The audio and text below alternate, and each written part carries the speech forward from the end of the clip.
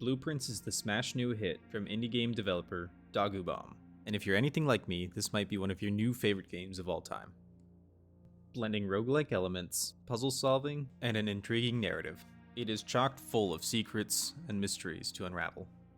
Recording this just a week or two after the initial release, I find myself having a hard time finding information regarding this game online. So that's what the goal of this video is to do, cover the main 6 permanent unlocks. While I have seen some content covering the first 4, there's not too much information on YouTube, specifically covering the final 2 upgrades. If you somehow stumbled across this video and haven't played the game yet, it's one of the best puzzlers of all time. Go do yourself a favor and play it. Now the game has some smaller forms of permanent progression. This includes stars and allowance. Stars can be gained by drafting and visiting the observatory. The more stars you have, the more benefits you will gain each day by looking through the observatory. The other minor permanent upgrade is allowance. There are several ways to obtain allowance, but one of the first places I found an allowance token was in the trading post, in a small Morojai puzzle box. But these are just the 2 minor upgrades. There are many sources of both stars and allowance. This video is mostly for covering the actual upgrades. So for the first upgrade, the one that I, and many others, found first, is the East Apple Orchard Gate. You might have noticed the locked gate just east of your campsite. There's not much spoiler-free information to give hints on for this one, aside from looking for an original photo of the orchard, specifically before the tree next to the gate was chopped down. So, to unlock the orchard, you must first find the code engraved into the tree that was originally next to the gate, a photo of which can be found in the darkroom. If you haven't found the darkroom yet, upon entering the room, its lights will flicker before going out. The lights must be turned back on before we can continue. The power to the light room is found in the utility closet. This room, while seemingly useless on its own, is key for several upgrades in this game. Once the lights have gone out, you can turn them back on through the utility closet, letting you see the interior of the darkroom. From here, all that's needed is a magnifying glass. If we examine the original photo of the orchard closely, we can see a specific date carved into the tree, the 28th of November, or 11/28. Punching that code into the East Gate padlock will permanently unlock the orchard, giving you an extra 20 steps every single day starting tomorrow. There are a couple other secrets and clues to be found in the orchard itself, but those will come much later in the game.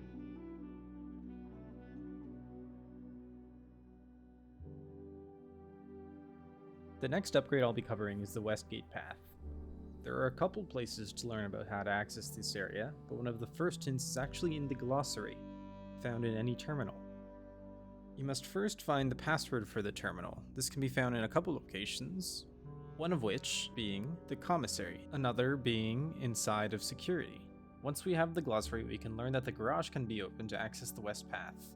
There are 2 ways of opening the garage door, the first of which is in the utility closet. Flicking the switch labeled garage will allow you to press the button in the garage that opens the door. The second way of opening the garage door is through the boiler room. The boiler room is a sub-puzzle that is completed on its own elsewhere. If a room with electrical vents on the ceiling connects from the boiler room all the way to the garage door will open automatically. Doing all of this gives us access to the Westgate Path. Once the door is opened, it is unlocked permanently for every future run. The Westgate Path gives you access to the outer room. There are several different rooms that can be drafted from the outer room, each providing its own unique buffs and advantages. With the first 2 upgrades unlocked, we can move on to the third. The 2 main hints for this upgrade lie in the mailroom and the office. In the mailroom, we can find an interesting diagram showing colored lights and how they work. We can also find a letter detailing more information on how these lights work. These lights are found in the utility closet, but instructions on how they work isn't enough. If we go back to the office and look through the emails, we can find more information on how exactly to set up these lights. With both of these clues combined, we can input the correct code of lights at the utility closet. This will reveal a hidden wall, and behind the wall will be the lever to open up the gem mines. The reward from the gem mines is pretty straightforward, just giving you an extra 2 gems at the start of every day. There is one more thing you can do with the mines. If you have a jackhammer, you can mine the gems, but this runs the risk of collapsing the gem mines permanently. removing the buff for any future runs.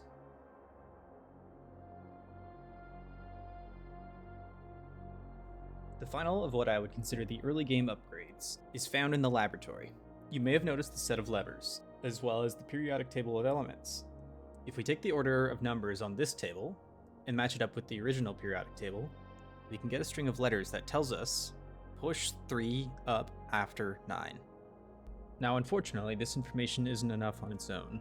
We can find a note saying that this room requires additional power to be brought in from elsewhere. Unlike the garage, this upgrade requires the boiler room. Once powered up, you can connect it to the laboratory. And following the instructions from earlier, we'll finally unlock the Blackbridge Grotto. The Blackbridge Grotto allows the player to remotely connect to one terminal every single day, regardless of if that terminal is offline. This is incredibly useful when paired with the Outer Room's shelter, not only providing you protection against 3 red rooms, but also allowing you to remote connect to a laboratory, for example, allowing you to start an experiment from the very start of the day. The next upgrade will typically be found much later than the previous 4, so be warned for this section as it is high in spoilers. To start, having drafted the bookstore is a must. Purchasing a copy of A New Clue will be your first step. I would highly recommend reading A New Clue first, as it is full of hints to puzzles from across the entire game. So the first thing you might have noticed in A New Clue is all the different stop signs, as well as a message near the end stating to record each stop along the way. If we follow these instructions, we get a series of signs that say, Route 8, depart, keep left, to Tanner Fork, right, dead end. This will mean nothing to you now, as the rest of this clue lies in the secret shelter below the estate. If we leave the reservoir with 1 less water level than max, we can then take the boat from one side to the other. If we then drain the reservoir until it only has 6 levels remaining, we can take the boat that we left and sail it to the secret shelter. On a table, we can find a handwritten note, and on that note is a diagram of the terminals and security with the letter A on one terminal. This, when paired with the note found in the attic, shows that each screen in security actually represents a letter. These letters, when spelt out, spells Swansong HSS. This is the passcode to view the security footage. And one of the recorded videos shows your mother, Mary, holding up a particular sign. If we explore a bit deeper into the shelter, we can find a subway map. This map has stops matching those that we found in the new clue. If we look at the recorded footage of your mother holding up the sign, the stops in a new clue, and the subway map, we can join all of this information together alongside some information found in a new clue. The page we are looking for in specific mentions X, Y, Z, A, B, C. C represents the dead end, X equals 8, Y equals 7, Z equals 3, A equals 10, B equals 1, C equals 13. Finally, if we go back to a new clue, we can find a specific set of books with unique titles. These books are actually all anagrams for other books we have seen throughout the game. Red is the Red Prince, green is Realm and Rune, purple is a new clue, and blue is the fixed stars. All of this being hinted at in this page of a new clue, where Draft the Sixes is revealed to be an anagram for the fixed stars.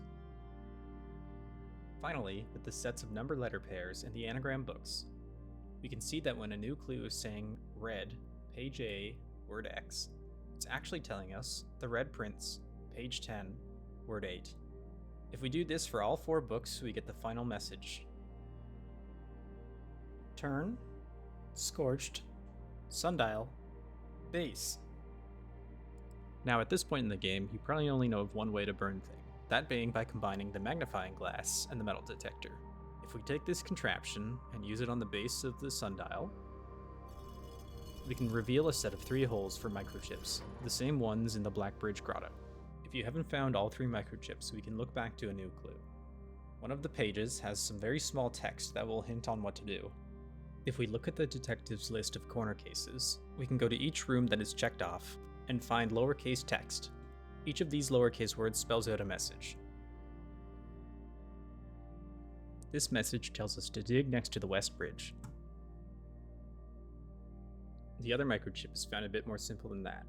On this page, we can see the detective in the entrance hall. Behind him is a hammer and a vase. The book is simply trying to tell you, use the hammer on the vase in the entrance hall. Finally, with all 3 microchips, we can activate the satellite dish. The satellite dish adds new experiments to the lab, as well as enabling inbound mail.